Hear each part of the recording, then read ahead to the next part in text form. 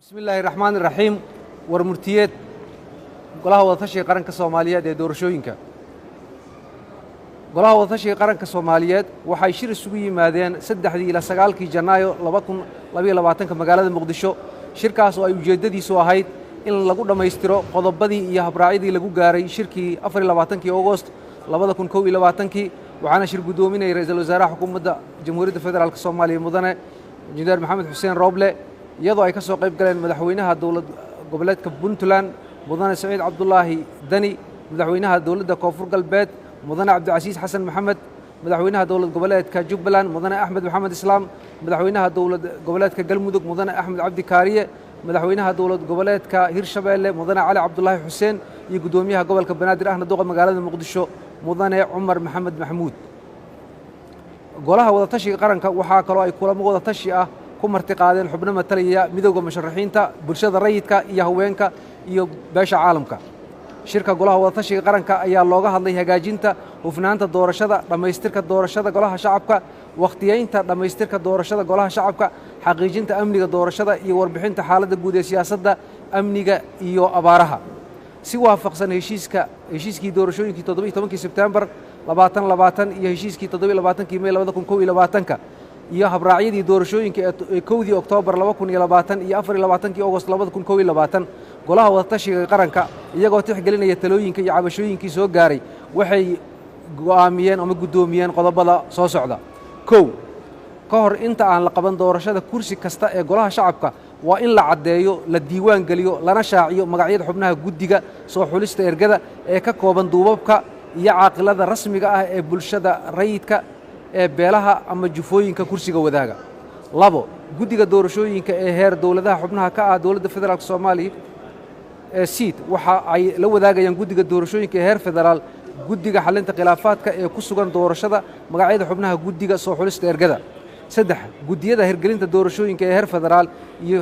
heer dawladaha xubnaha ka ah dawladda federaalka Soomaaliya waxa ay u madax bannaan yihiin hirgelinta doorashooyinka si waafaqsan heshiiskii 17 Sebtembar 2020 1 Oktoobar 2020 iyo 27 May 2021 iyo 22 August 2020 iyo heshiiskii warmurtiyeedkii 9 Janaayo 2020 waa in guddiyada hirgelinta doorashooyinka heerka dawladaha xubnaha ka ah ee dawladda federaalka iyo heer federaal ay xaqiijiyaan ergada wax dooranaysa inay yihiin kuwii ay soo xuleen odayaasha dhaqanka guddiyada maamulka doorashooyinka ee heer dawladaha xubnaha ka ah ee dawladda federaalka iyo heer federaal ee guddiga xalinta khilaafaadka waa inay si buuxda u hubiyaan in musharaxiinta u tartamaya kuraasta baarlamaanka guddiyada xulista ergooyinka iyo ergooyinka la soo xulay ay buuxiyeen shuruudaha la dejiyay ee ku xusan heshiisyada iyo habraacyada lagu heshiiyey soo xulista ergada waxaa si buuxda ugu madax bannaan duubabka caaqilada iyo bulshada rayidka ah ee beesha iyo jufada kursiga iska leh lagamana faragelin karo ka hor inta aan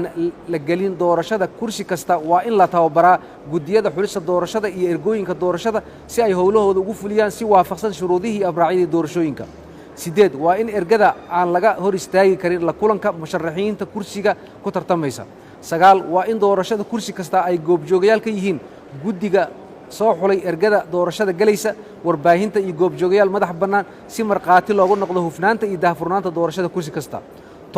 golaha wada tashiga qaranka Soomaaliyeed waxa uu adkaynayaa dhammaan guddiyada maamulka doorashooyinka iyo guddiyada xalinta khilaafaadka inay si buuxda ugu dhaqmaan heshiisyada iyo habraacyada hagaya doorashooyinka cid kasta oo isku dayda inay baalmartana waa in lagula xisaabtamaa si loo ilaaliyo wada shaqaynta guddiyada doorashooyinka golaha wada tashiga qaranka waxa uu ku wargelinayaa dhammaan guddiyada doorashooyinka heerarkooda kala duwan in ay ilaaliyaan nidaamka iyo kala dambeynta kuna dhaqmaan si waafaqsan heshiisyada iyo habraacyada doorashooyinka ee degsan golaha wada tashiga qaranka Soomaaliyeed waxa uu adkaynayaa guddiyada maamulka doorashooyinka inay ilaaliyaan qoondada haweenka ee doorashada golaha shacabka ee deegaan doorashooyinka musharax kasta oo buuxiya shuruudaha habraacyada doorashooyinka lagama hor istaagi karo inuu u tartamo kursiga beeshiisa waxaana reeban in musharax gaar ah loo xiro kursi doorasho waa in musharaxiinta oo dhammi ay fursad siman u helaan la kulanka iyo ka dhex ololeynta ergada kursiga ergada dooranaysa xubnaha golaha shacabka waxaa laga dhaafay bixinta qarashka khidmadda waraaqaha dambi la'aanta iyo wixii kale ee khidmo ahaa ciidamada waa in ay dhexdhexaad ka noqdaan arrimaha siyaasadda kuna ekaadaan waajibaadkooda ilaalinta amniga dalka iyo in ay una hoggaansamaan dhammaan shuruucda iyo xeerarka dalka. 17 AMISOM waa inay xoojisaa amniga madaxtooyada Soomaaliya.